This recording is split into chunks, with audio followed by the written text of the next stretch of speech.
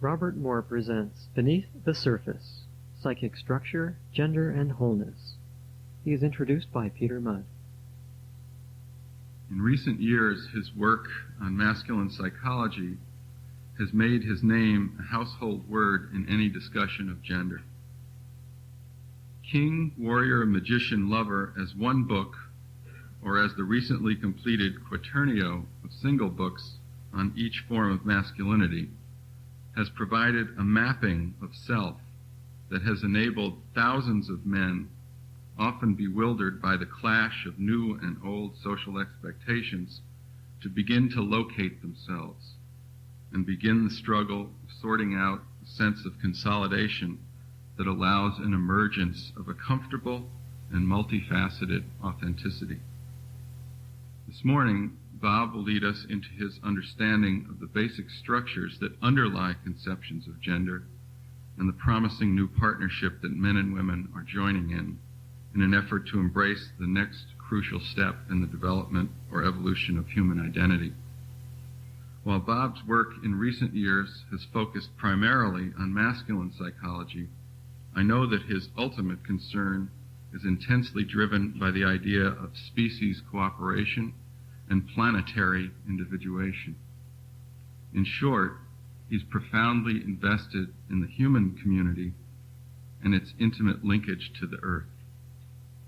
What you'll hear this morning underlying and motivating the paper about what underlies and motivates men and women is a deep compassion for life and an intense commitment to meet it as fully and seriously as possible. Would you please welcome Robert Moore?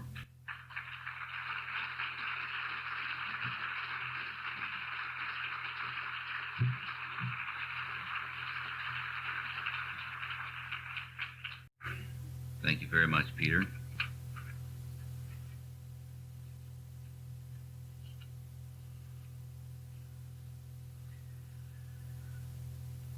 We have a lot to do in a very short period of time.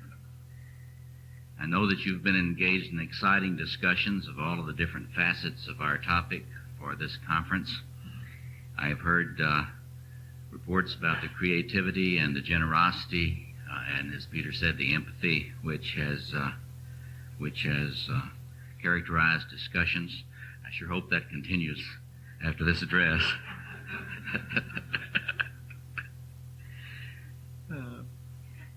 I want to do several things in our brief time together.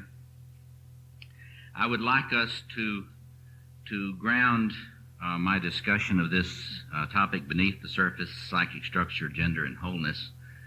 I would like to ground it in the Jungian blessed rage for order in discussions of the anima and animus. And I would like to focus our discussion on a number of different issues. This is toward the end of the conference, and so I want to raise a number of questions that will help us to locate ourselves and our position on a number of these issues.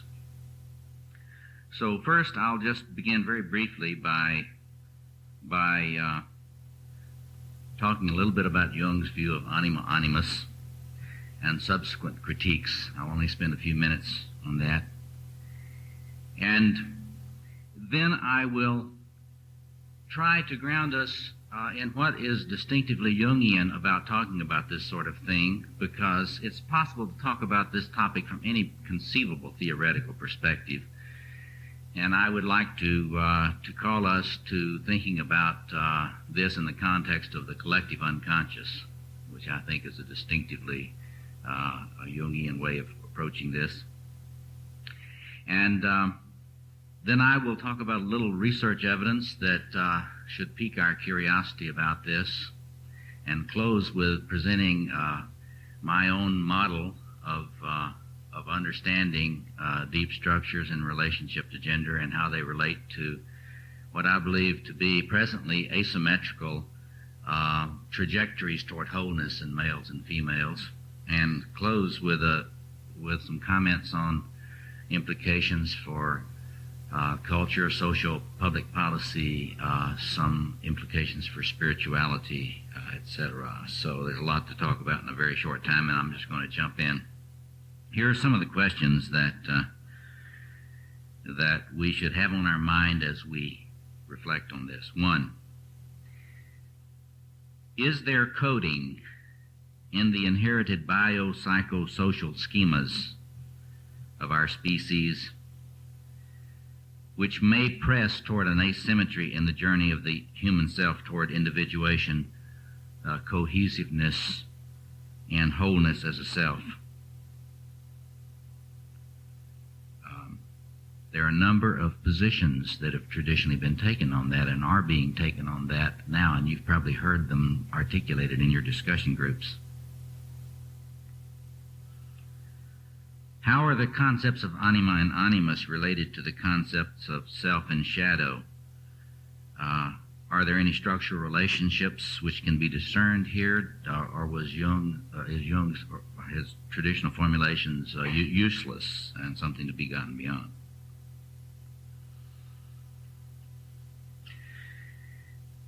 Does gender asymmetry really exist? If it does exist, what is its nature if it does exist? Is it merely socially constructed? Is there any evidence that's useful about this? I understand that you've had a number of persons presenting evidence related to this. Then so what? If there is gender asymmetry, what are we to think about that? What are we to do about it? So that's some of the territory that we're going to be talking about. Let me just start with some of the comments of Jung, which have been the source of great heat about this anima animus issue. And let that be a context for a discussion of these ideas. First, let me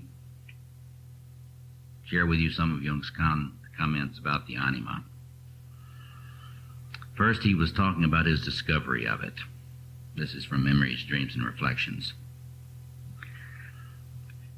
It had never entered my head that what I was writing had any connection with art, and then I thought, perhaps my unconscious is forming a personality that is not me, but which is insisting on coming through to expression.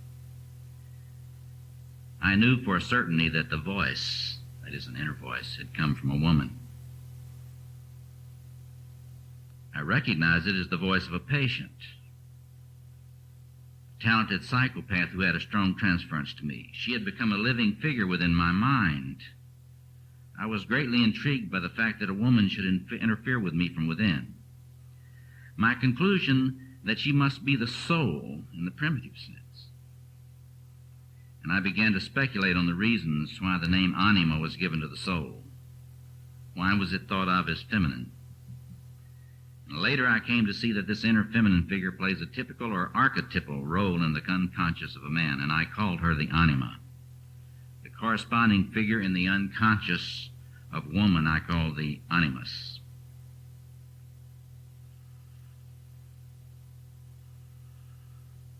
And from the Collected Works, Volume 13, the anima can be defined as the image or archetype or deposit of all the experiences of man with woman. Every mother and every beloved is forced to become the carrier and embodiment of this omnipresent and ageless image, which corresponds to the deepest reality in a man. And then about the animus. In its primary unconscious form, the animus is a compound of spontaneous, unpremeditated opinions which exercise a powerful influence on the woman's emotional life, while the anima is similarly compounded of feelings which thereafter influence or distort the man's understanding, as in the quote, "She had turned his head."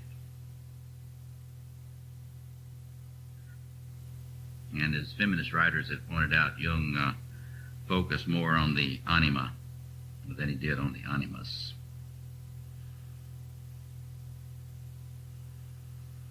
The effect of anima and animus on the ego is in principle the same. This effect is extremely difficult to eliminate because in the first place it is uncommon and immediately fills the ego personality with an unshakable feeling of rightness and righteousness. In the second place, the cause of the effect is projected and appears to lie in objects and objective situations. Consciousness is fascinated by it, held captive as if hypnotized. Very often the ego experiences a vague feeling of moral defeat and then behaves all the more defensively, defiantly and self-righteously, thus setting up a vicious circle which only increases its feeling of inferiority.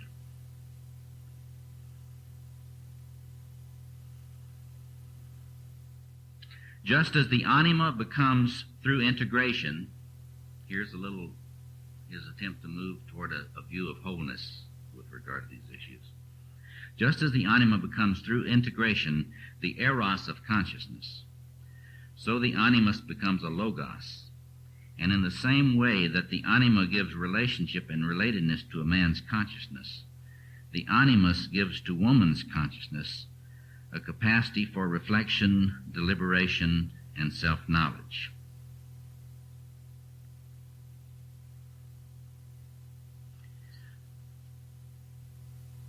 And in the context of something I want us to think about today, in the light of some research about the life cycle, anima and animus through the life cycle, in Modern Man in Search of a Soul, Jung says,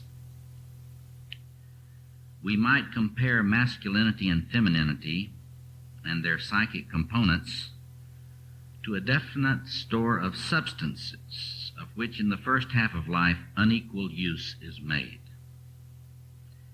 A man consumes his large supply of masculine substance and has left over only the smaller amounts of feminine substance which must now be put to use. Conversely, the woman allows her hitherto unused supply of masculinity to become active. This change is even more noticeable in the psychic realm than in the physical. Very often these changes are accompanied by all sorts of catastrophes in marriage. We'll be thinking about that a lot. For it is not hard to discover what will happen when the husband discovers tender feelings and the wife her sharpness of mind. Now, as all of you know, you've all studied this, in the Victorian era, these kinds of characterizations of masculinity and femininity were so common as to be not that controversial in European Victorian culture. In our time, however, as the politics of ideas have become an agenda which demand attention, this kind of what is considered sexist kinds of viewpoints about masculine and feminine traits, what constitutes masculinity and femininity has come much to the fore and has led to a great deal of controversy about Jung's ideas on this. If you haven't seen some of this discussion, I refer you to a volume in the Paulist Press series that I edit on Jung and spirituality in the Jung in Christianity and Dialogue, the volume subtitled Faith, Feminism, and Hermeneutics. And in there we published a number of articles which bring this argument about anima and animus some attention in the feminist critique. So anyway, let's look at some of the strategies that have been attempted just briefly to relate to this issue. One strategy has been that of our colleagues in James Hillman's tradition, known as archetypal psychology by many. The strategy in that tradition has been to broaden the concept of anima so that it is no longer gender specific. And in that tradition, anima begins to be a word which has to do with that psychic reality which elicits great fascination and interest and attachment and enthusiasm in us. And so there's a sense in which anima then no longer serves the kind of structural function as it did in Jung's formulations. So the strategy there is to broaden the concept, apply it to both genders, have it be a major idea relating to the person's struggle with soul work and soul making. Other attempts on this have been to throw the whole thing out completely. And in your discussions, I'm sure that you have heard persons who would just as soon throw out the whole idea of an engendered unconscious out. That is to say, Jung's idea that there's a 2-million-year-old self and that predispositions with regard to gender are inherited. So let me just locate where my tradition is on this. I personally think we have to think very seriously about theoretical assumptions when we're dealing with these things. Facts are always interpreted through theories. My sense is that in Jungian psychology, for many years now, we've had a number of different readings of Jungian thought. Archetypal psychology, I think, has taken an Adlerian reading. The so-called developmentalists have taken a Freudian reading. It's been difficult for many to figure out what to do with a Jungian reading of Jungian thought. Although it has not been without persons who've been trying. And one of the persons that I admire about this in trying to reconnect Jungian discourse to the idea of biology and biological inheritance and the archetypal realm has been Anthony Stevens. And for a context to my own thought, I always want to suggest that you look at Stevens' body of work, and in particular his latest book called The 2-Million-Year-Old Self, which were a series of lectures he published from a lecture series in Texas. What Stevens does is to point out that it's possible for us today to reclaim Jung's understanding of the collective unconscious and to ground it with a number of different sources in scientific studies. He points out the relationship between Jung's thought and contemporary sociobiology, between Jung's thought and structuralism, the French school of structuralism, and a number of other scientific studies of linguistics, behavioral biology, etc.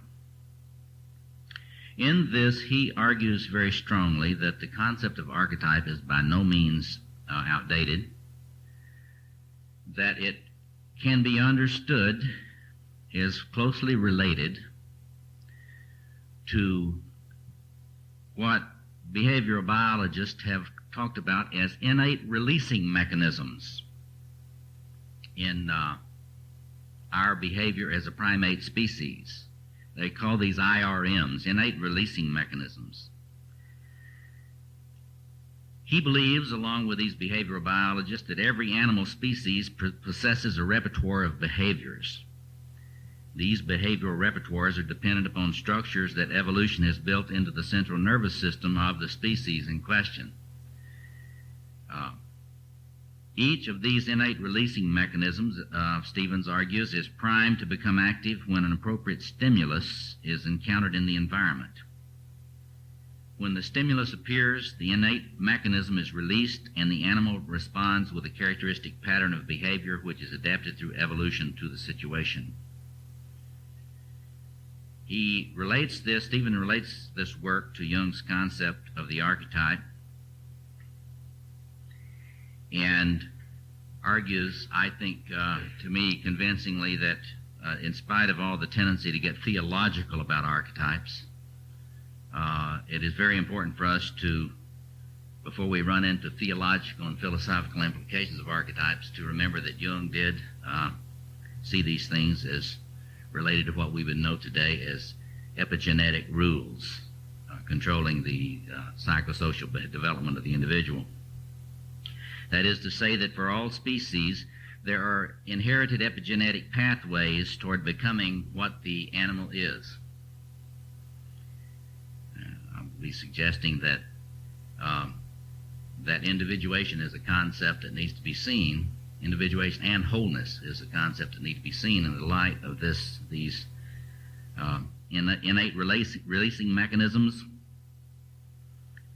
species-wide patterns of behavior, epigenetic rules, epigenetic pathways. These are compatible with the hypothesis that Jung had proposed and was very central to his developed work.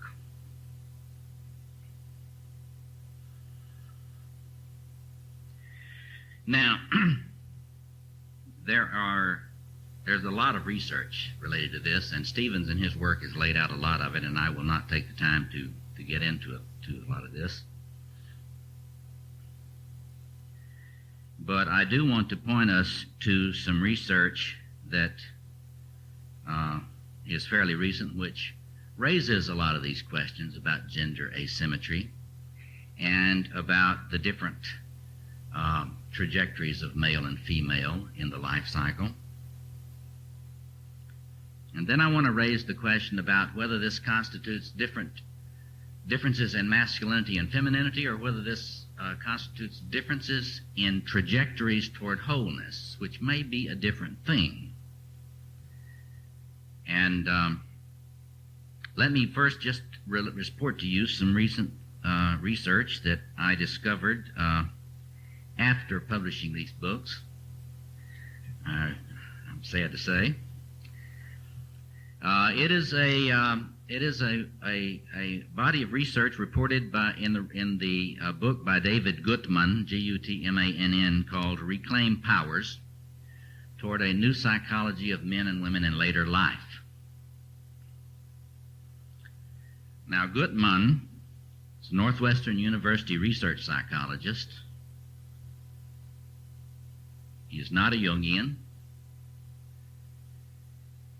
He has a great deal of respect nationally as a researcher into family issues through the life cycle. And this book is of great interest to us for our conference today. And I don't know how much you know about the status of publishing today, but you know if your book doesn't sell a whole lot of copies very quickly, they remainder it and let it go out of print. This book was published in 1987, immediately went out of print. I'm trying my best to get them to republish this thing now.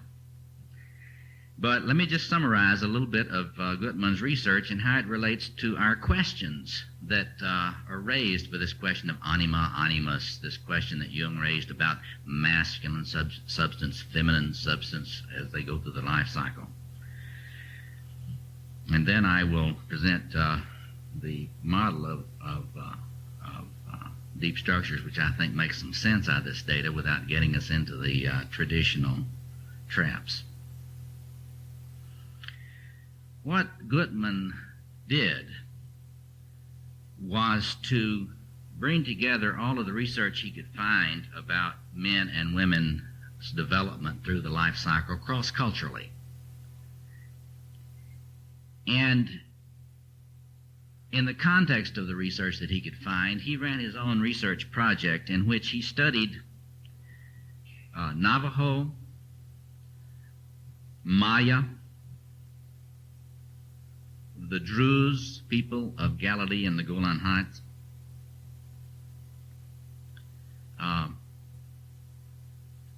and Americans from Kansas.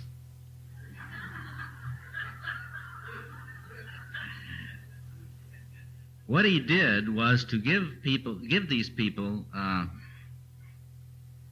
men and women from these different cultural backgrounds, the thematic apperception test, the TAT.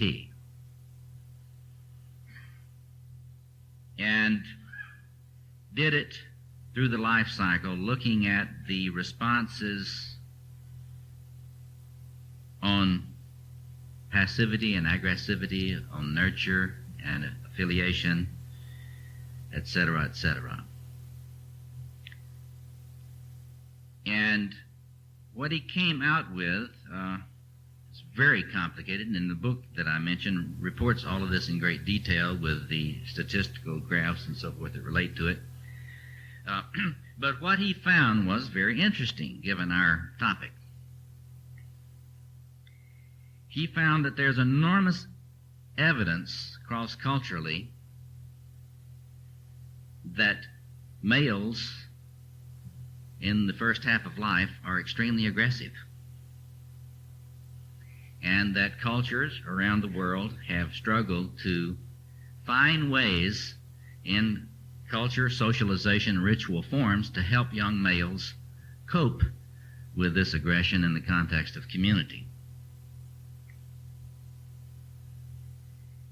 That this is by no means simply a problem of Chicago and American cities.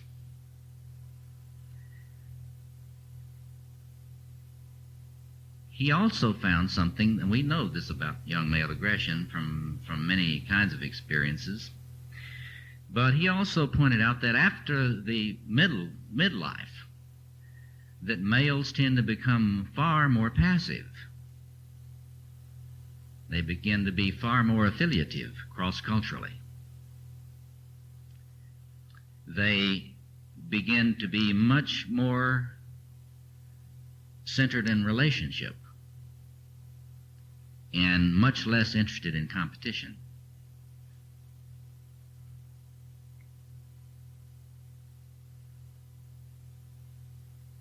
Females, on the other hand, he found in these cross-cultural studies tended to be very, very involved with child rearing. He found that they were very, very committed to and invested in interpersonal relationships. That they tended to allow the males, particularly the young males in their culture, to carry the aggression to the periphery of the groups in which they lived.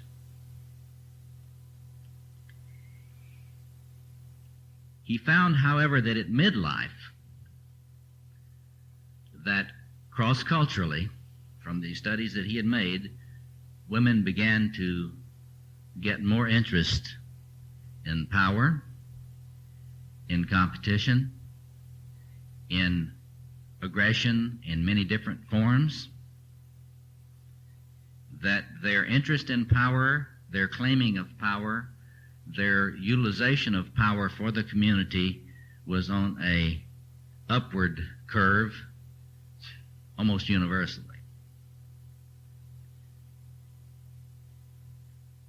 Now, he also noted that it was during the child-rearing period that in pair bonding for the purposes of child-rearing, that both males and females tended to mitigate their narcissism and to focus on child-rearing.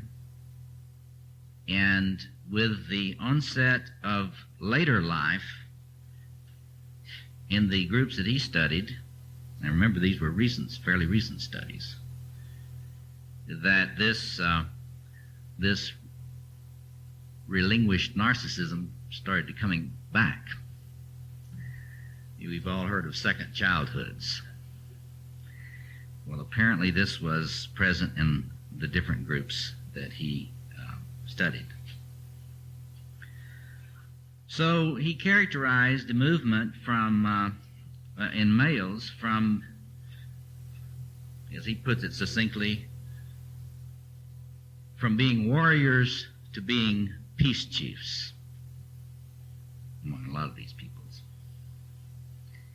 And women moving from nurturing figures primarily to being powerful women elders in the groups. Now, what are we to make of this? Remember Jung's comment about the life cycle dimensions of this. Are these trajectories in masculinity and femininity, or is it more complicated than that?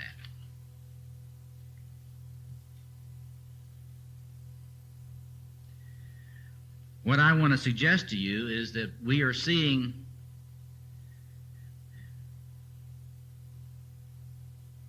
phenomena which are indeed reflecting inherited tendencies in our species. But I think we have to look far more carefully at this and think about it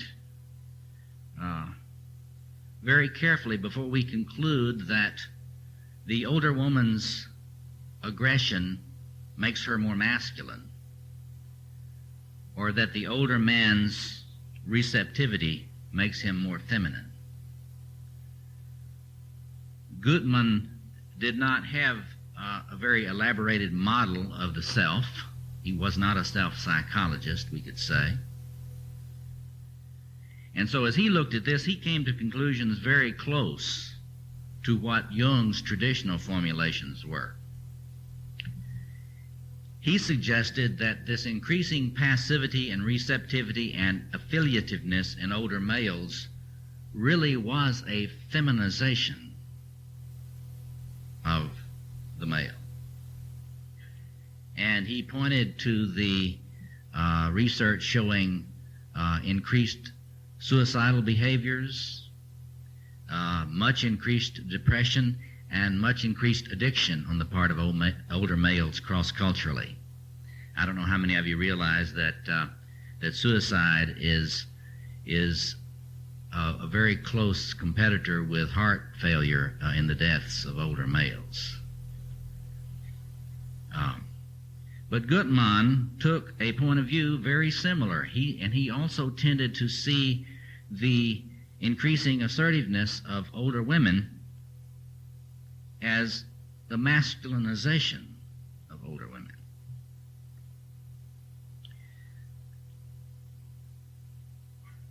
I think there's a way in which he has fallen into the same trap that Jung himself fell in. And here I want to have us turn to the work that I've done in trying to understand something about archetypal systems in the human self, which can account for this data without locking us into an idea of a crossover of gender when you reach midlife. And let me just outline for you a number of assumptions which I have made in my work. Now, this work is published in the book that has just come out from the International Congress that Peter mentioned. There is a summary of a short summary of my work on these deep structures, which you can look at, and I'm just going to briefly sketch. Let me spare you the history of my work and just go into the assumptions which I have come to make based on my research.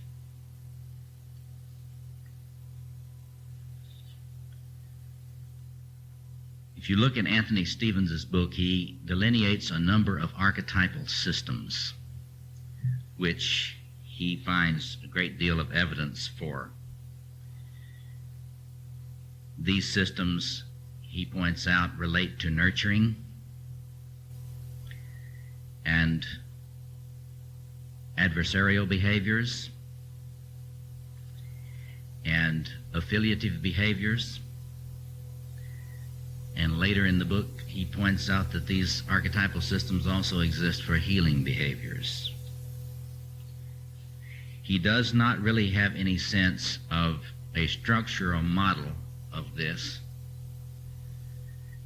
In my work, I have come to believe that there is indeed a structure or model for this,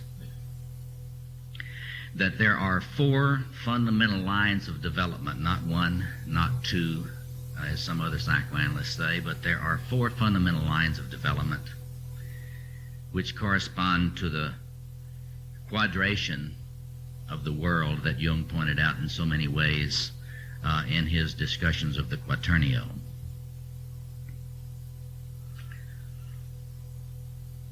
Not only are there four lines of development, these lines of development operate as archetypal systems in the formation of a mature and cohesive self, both male and female. And they are not randomly organized. Just as Freud had seen a tension between eros and aggression, a dynamic tension, and just as Adler had seen a dynamic tension between superiority and social interest, or the limitation of power over, these different archetypal systems balance each other in a way that is very parallel to the balancing of muscle systems in the body. And the formation of a cohesive self depends upon the adequate, we can say with Winnicott, good enough balancing of these archetypal systems. Each have a purpose, and I will simply go quickly around this. Some of you could give this lecture. You've heard me lecture on this before. These four archetypal systems that are components in the building blocks of a mature male or female cohesive little s self are, as even the Freudians are beginning to come to now, these are found in a blueprint which is prior to personal experience. Even the Freudians have now discovered this. It's very fascinating.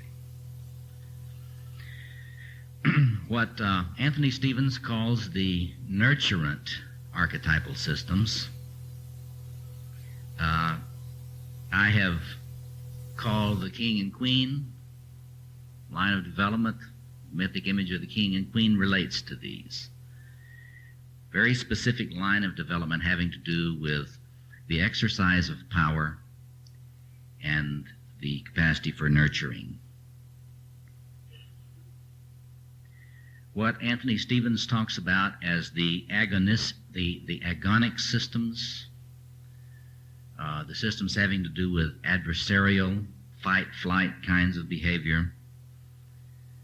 I've used the mythic image of the knight or warrior to characterize those, but if you don't like mythic images, it's fine. You can just say that this is an archetypal system which is a line of development for the mature use of one's aggression.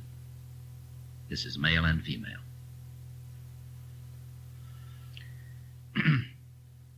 The systems that relate to healing that Anthony Stevens talks about in the 2 Million Year Old Self is related to what I have used in my work, the mythic image of the magician, the magus, the wise old man. That archetypal system has to do with cognitive functioning. The cognitive psychologies from Piaget on relate to this. That is, the capacity to utilize one's knowledge in a mature and effective way. Later on, we'll see how this relates to community. And what Anthony Stevens talks about as the affiliative archetypal systems, I have denoted with the mythic image of the lover. And so we have four fundamental archetypal systems which are not arbitrary and which are not all over the place, as some folks would like to have us believe. You know, it's very popular to come up with medicine wheels having for this, for that.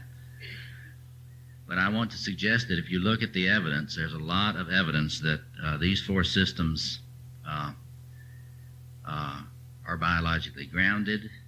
They function in dynamic interaction with each other, not arbitrarily, not in a way which is accidental. You know, some people talk about archetypes as if you get a bucket and you take a jigsaw puzzle and you dump the jigsaw puzzle in the bucket, and then you forget it was a jigsaw puzzle. You reach in the bucket and you get an archetype, and that archetype has no relationship to other archetypes whatsoever. It's just an archetype. My sense is that that is not the kind of understanding of the archetypal systems that Jung had, and certainly it's not that which has been discussed by Anthony Stevens, and it's not mine. I believe that archetypes relate to each other in a meaningful way, and they all are related to the task of developing human primate animals who can become mature and fully functioning in the context of an adequate habitat. So, now this doesn't mean there are not other archetypes if you get into philosophy, Plato or Whitehead or whatever. But when it comes to psychology, scientific psychology, we're talking about things which are not arbitrary. There's evidence for these things, and the difference between theology and psychological theory is that in psychological theory we have to relate to evidence. If it's a theory, it can deal with empirical evidence that exist.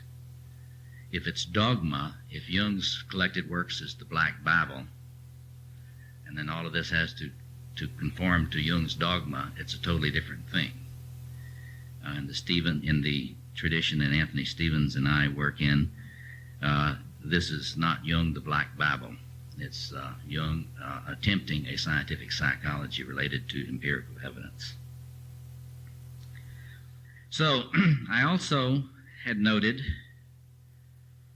that you can think about the task of cohesion, the forming cohesion in the human self that the psychoanalytic self-psychologists have discussed, can be understood as representing the center point there, in that if you look at the diagram,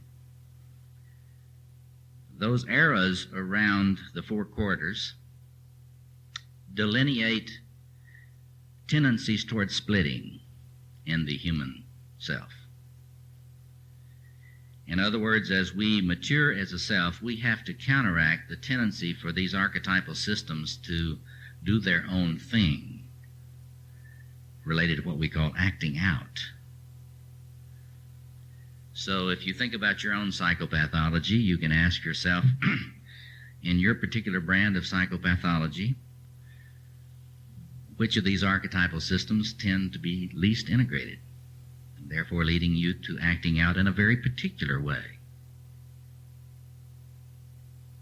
Turn the cassette over. Anthony Stevens has said that if you look at these different archetypal systems and their functioning, then you can understand the way in which psychopathology is related to these archetypal systems not being met adequately by a nurturant environment. And I think he's absolutely right, and I think that it's possible to look at the DSM-3R in the light of which of these particular systems has not been adequately honored in the person's development and has not been adequately integrated into a cohesive little s self. Now, I did not realize when I was trying to figure out how these things related in male and female that Jung had argued that the double quaternio, or the octahedron, was a model for the archetypal self, the total archetypal self. when I had once heard, I realized later, I had once heard James Hall lecturing on that at a Chiron conference. And it was so bad in terms of being an obtuse, very, very vague kind of assessment of the diagrams in ion that I could not follow it. But I realized later that I had seen James Hall trying to make sense out of the diagrams of the octahedron in ion. I had not been able to understand what in the world that had to do with the self. Later on, however, I realized that others, including John Layard, in his book The Celtic Quest, had tried to follow up Jung's understanding of the self, the psyche as organized around an octahedral shape. If you look in John Layard's book, you'll see his delineation of the Mabinogian as a model for individuation, in attempting to delineate the diamond body of the archetypal self. Finally, I realized that these people were intuiting something that could make sense out of a lot of the things we've stumbled into, and that is that if you take this quaternio on the left that I have said is a male quaternio, and you take the quaternio on the right, which as I've said is the female quaternio, and you pick that up and you imagine those, then you get your right brain into this. Pick those up and imagine them pyramidal structures. Put them base to base with the king and queen facing each other, the warriors facing each other, magicians facing each other, and lovers facing each other, so that the sides of the octahedron are connecting on both, on these different powers, that you come up with the diagram at the bottom. If you look at this, we don't have enough time to go into this very deeply, but if you look at this and think about some of the things that Jung said about individuation, then it's very interesting the way in which it fits a number of his assertions. In my work, I have focused on the way in which at the base of this quaternio, think about it on the base of the pyramidal forms, you have a bipolar tension. As you move toward integration, that tension is balanced. So we can say that the shadow is toward the base of your male or female pyramidal structure. That is, that there's really a bipolar shadow in each one of those lines of development. That, for example, in the warrior or aggression line of development, you have at the base of that pyramid a tension between sadism and masochism, passive and active modes in each one of those bases. Jung had said you need to do your shadow work before you get too deeply into trying to work with the contrasexual. And apparently he thought that was not just accidental, that there was some reason for that. If you look at this and you assume that there may be some coding deeper in the unconscious for the contrasexual, you can see that work on the contrasexual, trying to achieve a cohesive image of the other, is far deeper, far more difficult, but just as complex as trying to come to an image of the whole cohesive gender formation of psyche that your own gendered self represents. This addresses one of the things that people have had so much trouble with in Jung's early formulations. He tended to truncate the view of what the feminine was, and as a lot of us later said, he also truncated what the masculine was. If you look at this kind of model for the coding in the schemas which, if nurtured, deploy a cohesive male or female self, you will notice that the fullness of masculinity and the fullness of femininity are symmetrical. That is to say, each gender has the task of integrating these four archetypal systems and the potentials and the conflicts which they represent.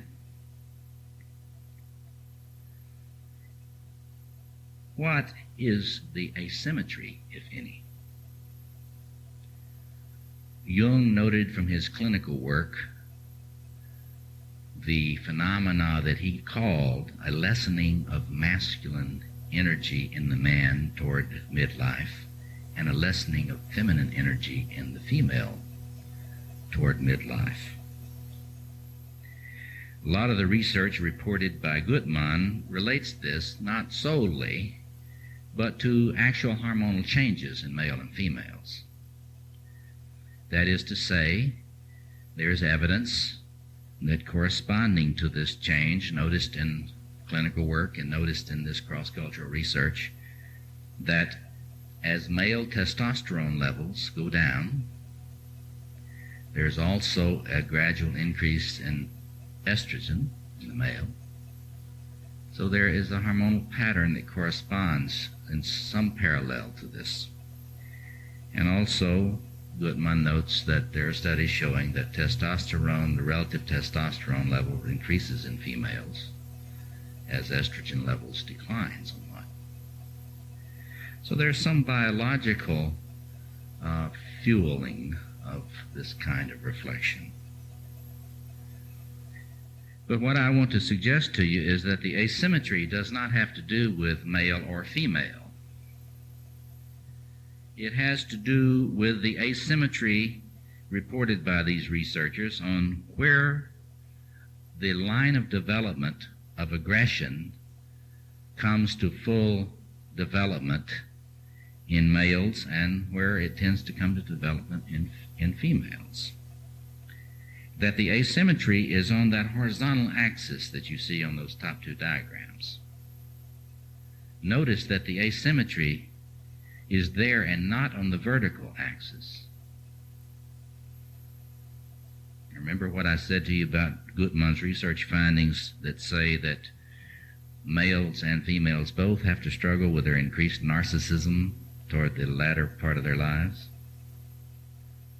The king and queen images relate to the challenge of generativity that we human beings face as we move toward older years.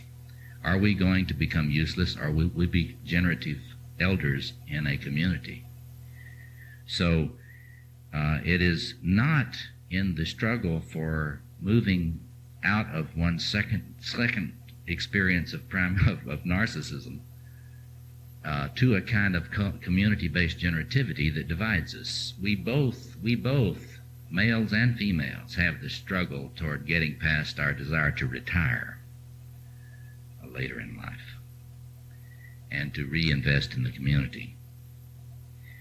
And it is not in this young adulthood task of de-idealization that is represented in that increasing cognitive maturity where we are asymmetrical. You know, in early life we have a lot of idealizations that we put on all kinds of people.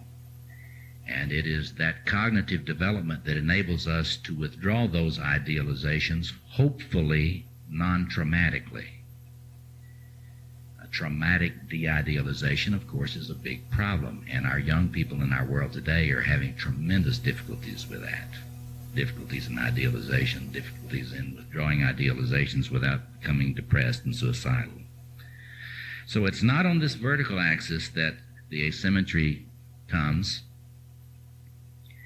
Great deal of evidence says that the asymmetry comes on that horizontal axis between eros and aggression, and that historically there has been a tendency for there to be an asymmetry in life cycle about that. Now, this is extremely important because a lot of the stereotypes in the discussions of masculinity and femininity have tended to talk as if males were more aggressive throughout the life cycle. And so there's been all this discussion about male aggression and male violence as if males are more aggressive all the time. But I think this research helps us to get a little more of a sense of what is going on with us. It is not that males are more aggressive. We'll get into in our discussion, hopefully, about the issue of whether this is all socially constructed or whether some of it's biological. But regardless, males are not more aggressive totally. They're just more aggressive first half of life. Females have a problem with aggression in the second half of life. Females struggle with their affiliative, flooding of affiliative needs early in life.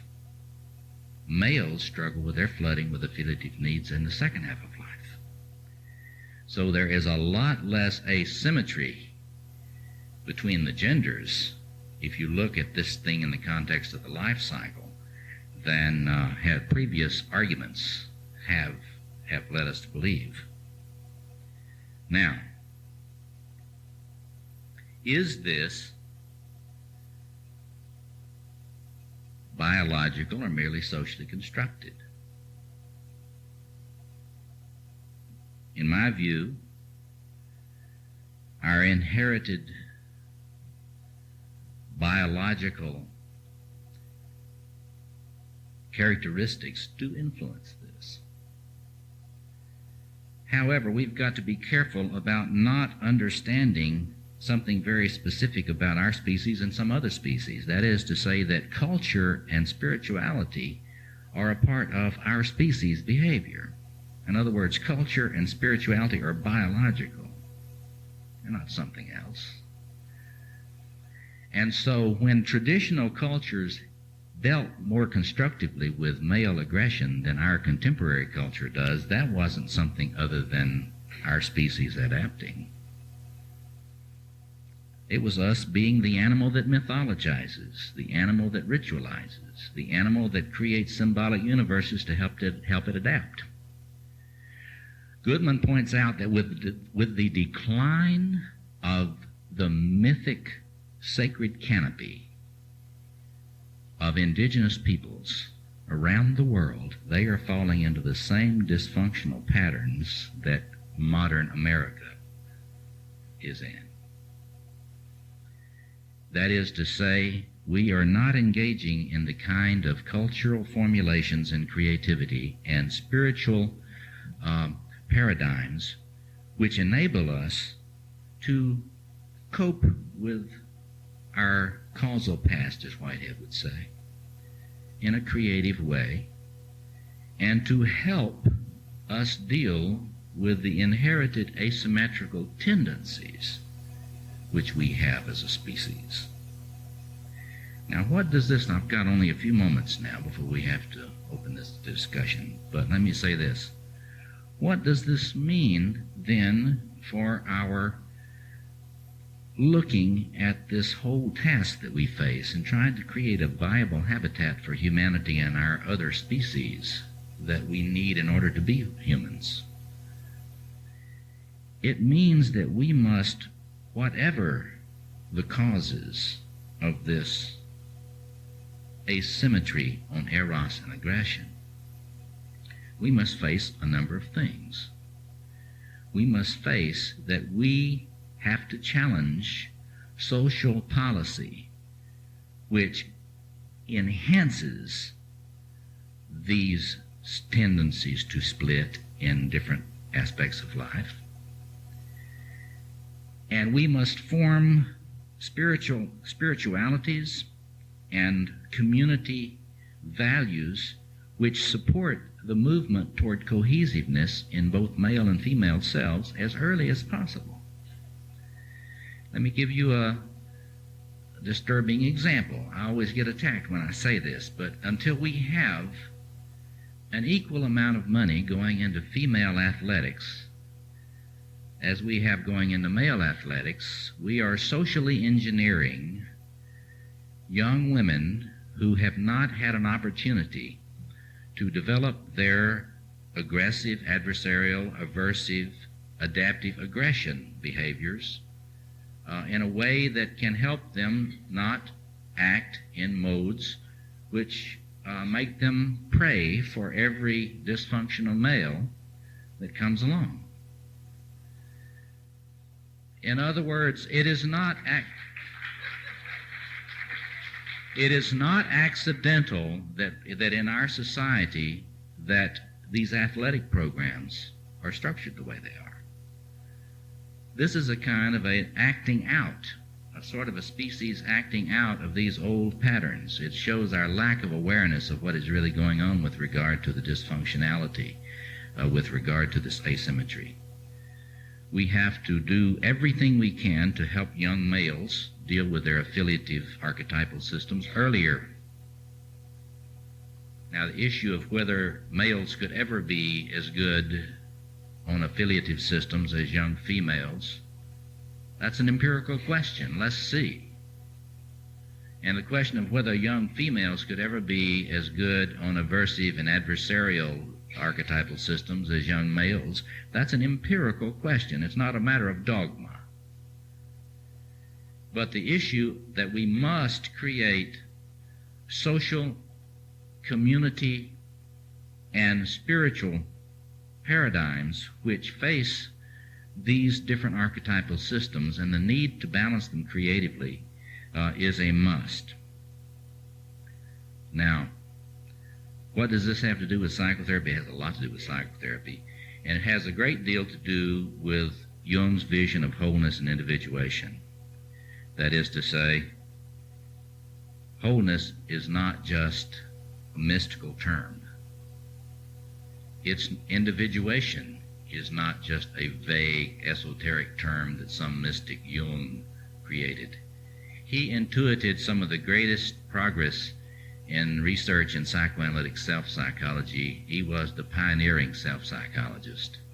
And what we've got to do is to pick up where he left off and trying to actually create forms which facilitate wholeness and cohesiveness in both male and female selves. We are one. We are united in the necessity of balancing these archetypal systems. They are the same kind of systems in male and female. The task is to help us get beyond some of our inheritance, which leads us to have more difficulty in some integration at different aspects of the life cycle. So let me open this now for some questions. We have just a few minutes, and you have to take a break. Peter has the mic. I think we should show our appreciation before we ask questions.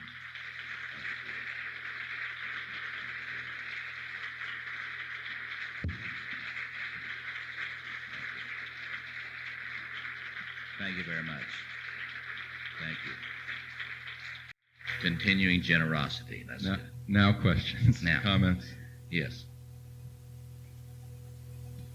I was interested to hear comments about a biobehavioral hormonal view of this splitting, and I would like to suggest that one way to test this hypothesis would be to look at menopausal women who are now on estrogen replacement therapy and look at whether this pattern continues or... Absolutely. There are a lot of things that about this Jungian stuff, the alienation of Jungians from empirical research is not because of Jungian psychology or concepts, it's just that we don't have people that pursue some of these things. This would be a very important research thing. But I want to emphasize, I work a lot trying to help us deal with very practical problems. We have so many. Let me just give you an example. Say we know that men's testosterone declines. We know also that they become very passive as they get older, that this is a tremendous problem that is not being studied in geriatrics very much. You can't get very much money to study the problems of older males. in geriatrics now. And we have a problem that's very interesting to me. We have all of these young males in our culture who have no older male that's really involved with them. And they have a lot of aggressivity. We have got a lot of passive older males who are on the golf course, retired, who are depressed because they have nothing useful to do. It's fascinating to me that this life cycle problem we have to find ways to get beyond the biology. Testosterone replacement doesn't help older males all that much.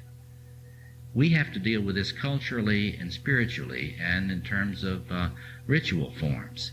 I think that we could radically transform the degree of violence in our society if we could get these older males to accept the traditional role of peace chiefs in the community with younger males. Other comments or questions? By the way, castration of young males is not an option. Castration is not an option. Thank you. I'm glad to hear that. And there are a lot of other young males that will be glad to hear that, too. I fully agree with your idea to prevent splitting, that our culture should have designs to prevent splitting. I don't think putting a lot of money into girls' competitive athletics is necessarily the way to do that, because in a way it's like sort of women smoking as much as men to become more equal. And I've watched. I don't agree with that. Okay. Well, I just want to say that I think that we're better off making it financially and socially viable for men to teach nursery school and kindergarten and to be more involved with the children. And as far as competitive sports, I've watched my son, who's a very loving, gender-conscious, egalitarian, competitive kid, become gradually, systematically socialized into the world of competition and to care a lot about winning and losing and to sort of rev up his emotions about a game and then to cut them off at the end. And for me, as a member of an alien species watching this, it's difficult. I don't like the effect that it has on him. I mean, it doesn't generalize to his other relationships, but I think we need to transform our whole concept of competitive sports rather than to get women to participate in it equally. It'll be interesting to see what you think when you're 50.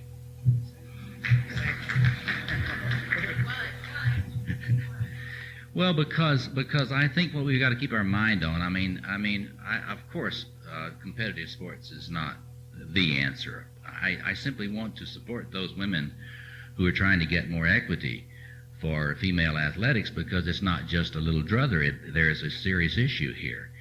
The issue is the adequate development of the capacity to deal with one's own aggression and to overcome the necessity to be nice.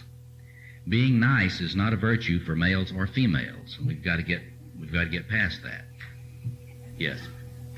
I'm concerned that if we view the elder male as we view the elder male as more nurturing and more sensitive, and therefore as more feminine in this Jungian voice, and we also see him becoming more suicidal and depressed, that what we are really looking at is the devaluing of the feminine within the culture, and that as he takes that on as a balancing piece of his world, of his psyche and his life, that whether he is aware of it or not, he is picking up that devalued piece, and so it is coming through him in that very scary, sad, and negative way, instead of being able to take on that peaceful leader role and nurturing other folks. He is instead turning it on himself. Yes.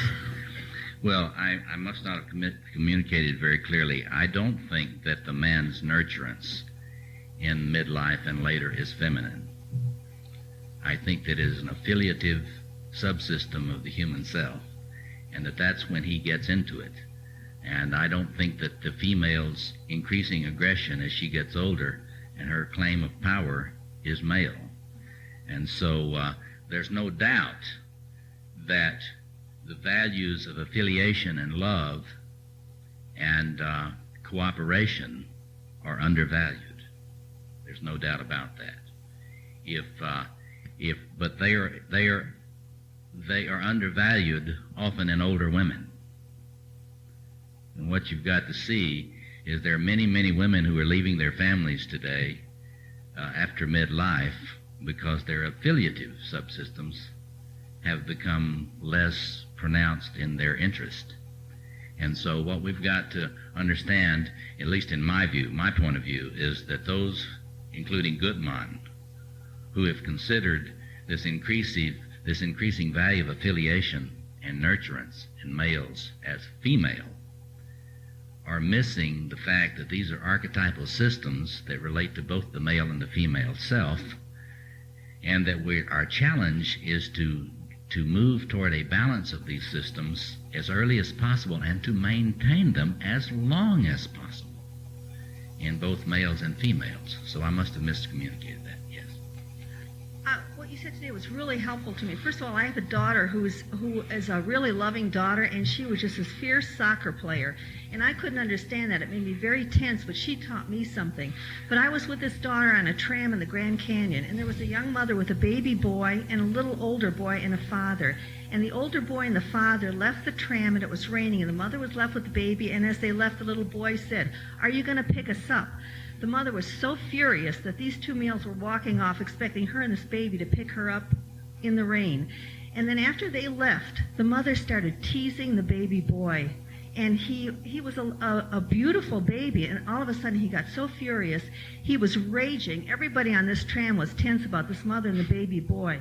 I think if this mother had been a soccer player, she would have learned how to channel her aggressions, and she wouldn't have attacked this baby. So not only does it help females, it helps us all, I think. Thank you for that. And let me say one last thing, and I'm out of time, and I'll stick around a little while to chat, but there is emphasis, that primate studies have shown that older primate females, other than our own primate species, that a lot of the time it is the older primate females, when the young are endangered, the older primate females who have developed more of their capacity for aggression, who defend the young. The stereotypes of the males being the ones that defend the young is not complete. It's not a balanced view. So the issue is wholeness. The issue is individuation, and the issue is individuation and wholeness as soon as possible and held on to as long as possible so that we can have a viable community. Thank you very much.